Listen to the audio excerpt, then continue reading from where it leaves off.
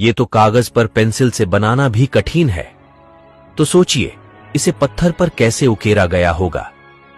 क्या आपको इस मंदिर के आर्किटेक्चर को देखकर आश्चर्य नहीं हुआ? हमारे प्राचीन पूर्वज जो धोती कुर्ता पहने वाले इंजीनियर थे, वह इतने विकसित थे, तो हमें यह क्यों बताया गया कि अंग्रेज भारत आए तब हम विकसित हुए? इसे देखने के बाद भी अगर आप वामपंथी इतिहासकारों के डॉक्टर षड्यंत्रों का अंदाजा नहीं लगा पाए, तो आपका स्वाभिमान अंदर ही अंदर मृत हो रहा है। यह प्रतिमा प्राचीन मंदिर के एक स्तंभ पर निर्मित है। 0.5 मिमी व्यास से कम पतली छड़ी को इस प्रतिमा के एक कान में प्रवेश कराने पर छड़ी का दूसरा सिरा दूसरे कान से होकर बाहर निकल जाता है।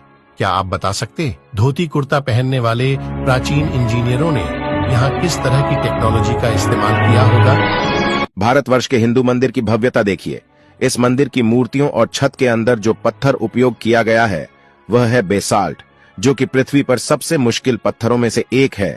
इसे आज की आधुनिक डायमंड इलेक्ट्रॉन मशीन ही काट सकती है, वह भी केवल 1 इंच प्रति घंटे की दर से। अब आप सोचिए कैसे इन्होंने 900 साल पहले इस पत्थर पर इतनी बारीक कारीगरी की है। यहाँ पर एक नृत्यांगना की मूर्ति भी है जिसने हाई हील पहनी हुई है। सबसे ज्यादा अगर कुछ आश्चर्यजनक है वह है इस मंदिर की छत। यहाँ पर इतनी बारीक कारीगरी की गई है जिसकी सुंदरता देखते ही बनती है। मंदिर की बाहर की तरफ जो पिलर लगे हुए हैं उन पर कारीगरी देखिए। दूसरा, उनकी चमक और लेवल में कटाई। मंदिर के प्रांगण में एक नंदी भी है जो भी इसी पत्थर से बना हुआ है, और उस पर जो कारीगरी की हुई है वह भी बहुत अद्भुत है। ये जो फोटो आप देख रहे हो आपके स्क्रीन पर 6000 वर्ष पुराना है। दरबंद ई बेलुला चट्टान में मिला, वह भी इराक में। यह फोटो भगवान राम की है। इस चित्र में एक राजा को दिखाया गया है जिसके हाथ में धनुष और तीर है। चित्र को गौर से देखिए। नीचे की तरफ जिसमें हनुमान जी की छवि दिखाई दे रही है। इतिहास में कुछ तो है जो हमसे दूर है। चेन्न केशवा मंदिर कर्नाटक प्रतिमा के हाथ और कंगन को देखिए। क्या आपको लगता है कि ऐसी फिनिशिंग और बारीक नक्काशी केवल छेनी हथौड़ी से संभव है?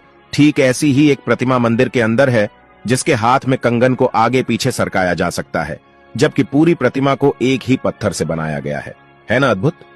सच तो यह है कि हमारे मंदिर 7 आश्चर्यों की लिस्ट बनाने वालों की तुष्टिकरण की भेंट चढ़ाया गया। 1000 साल नहीं, 5000 साल नहीं, 10,000 साल भी नहीं और 20,000 साल भी नहीं। बात करते हैं करीब 28,500 साल की, जब इस धरती लोक में कोई अब्राहमिक रिलीजन जैसे कि क्रिश्चियनिटी और इस्लाम एग्जिस्ट ही नहीं करते थे। बात हो रही है कल्प विग्रह की।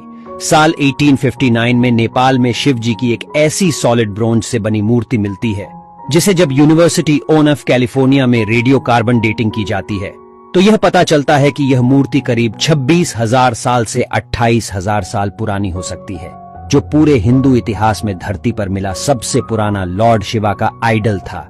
न जाने ऐसे कई पुराने इतिहास भारत से लेकर पूरे दुनिया भर में दबे पड़े होंगे जो समय समय पर मानव को आश्चर्यचकित कर देती हैं। भारत के लोगों ने आखिरकार ये कैसे किया? भारत में है दुनिया का एकलौता ऐसा मंदिर जो सीधा नहीं बल्कि उल्टा बनाया गया है। गुजरात में एक बावरी है जो रानी उदयवती द्वारा 900 साल पहले निर्मित की गई थी। ये 100 रुपए के नोट के पीछे भी बनी हुई है। सरस्वती नदी तट पर स्थित रानी की वास में इस मंदिर में ज्यादातर भगवान विष्णु की मूर्तियां हैं। इस बावरी को उल्टे मंदिर के रूप में बनाया गया है जो पानी की पवित्रता को उजागर करता है। अगर आप इस मंदिर को देखेंगे तो आपको उलटे लिखे पंक्तियां और 800 से अधिक मूर्तियां के साथ इस मंदिर में सारे सीढ़ियां नीचे की ओर जाते हैं। 1890 में आर्कियोलॉजिकल सर्वे ऑफ इंडिया के द्वारा इसे खोजा गया और इसे पूरा बाहर लाने में लगभग 30 साल का समय लगा। अद्भुत कैसे? इतना घर्षण रहित तो बेयरिंग लगाने पर भी न चल सकेगा। भारत के मंदिरों की अद्भुत अविश्वनीय कुशल शिल्पकारी एक ही पत्थर को काटकर नक्काशी तक तो ठीक थी, पर पत्थर के अंदर इतनी घर्षण कैसे? मेरे पास शब्द नहीं है। आप ही कुछ बताइए कमेंट्स पर। बस हम और आप कल्पना कर सकते हैं, आधुनिक मशीन भी नहीं कर पाएगी।